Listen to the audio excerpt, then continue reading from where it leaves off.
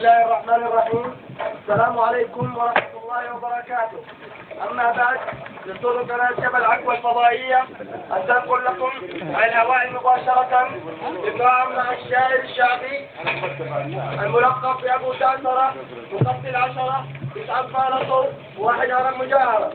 تسمي والله ما بيه والحنا دبن صبيه. تسمي والله ما بيه والحنا دبن صبيه. تسمي والله ما بيه والحنا دبن صبيه. تسمي والله ما بيه والحنا دبن صبيه. تسمي والله ما بيه والحنا دبن صبيه. السلام عليكم. كيف حالكم يا جماعة؟ طيبين إن شاء الله؟ حياكم الله.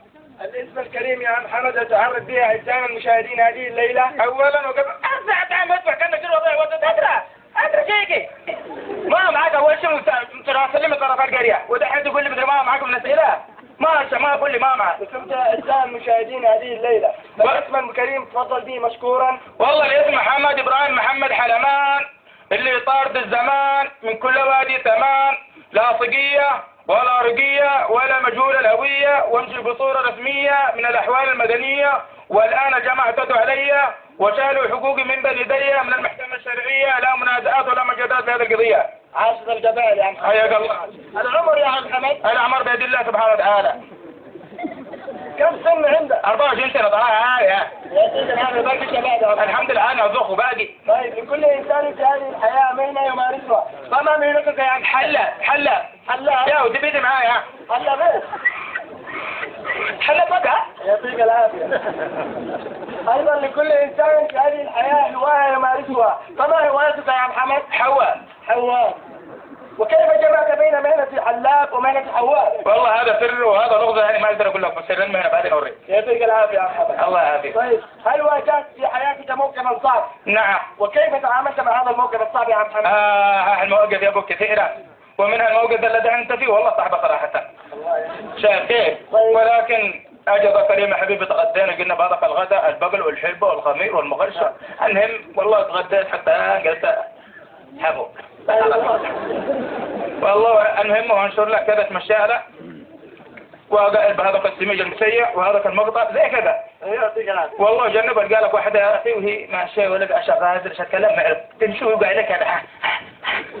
وماذا حصل بعد ذلك؟ والله أرجم لها بكلمة كذا قلت لها قالت لي ايش فيه؟ قلت لها كلك نظر. قالت شايفة قدامي حمار استحيت امشي. لا معانا وحرقة.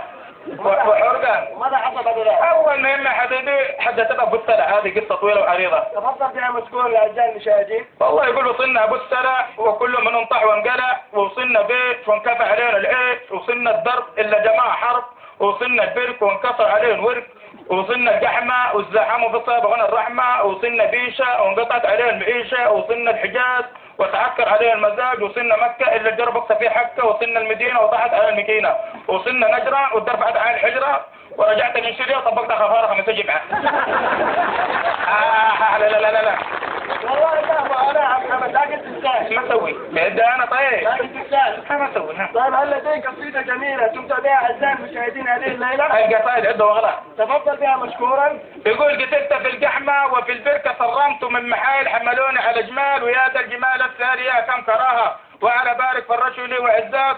ويقول حبك في قلبي احشطحشط وحبك في قلبي كزطم عفية، وكم لي وانا اركبك سكتة وبحبك هلا كلي تقولك وتأتي نادي لي ولا راح تبعت ما شوطيش امان. وي حرق ده. ويقول برا الشاهي من كثر الحالة صب روحه، وحمون من كثر الطفش دن يبكي. يا ابو الله يعينك. ما تسوي؟ هل لديك قصيدة جميلة من الشيخ حديث كوجي كليب؟ الله حولك ان شاء الله بجد يا كل. وهذا عامي هنا تقول انه جرب ضيع وانت تحكيكي.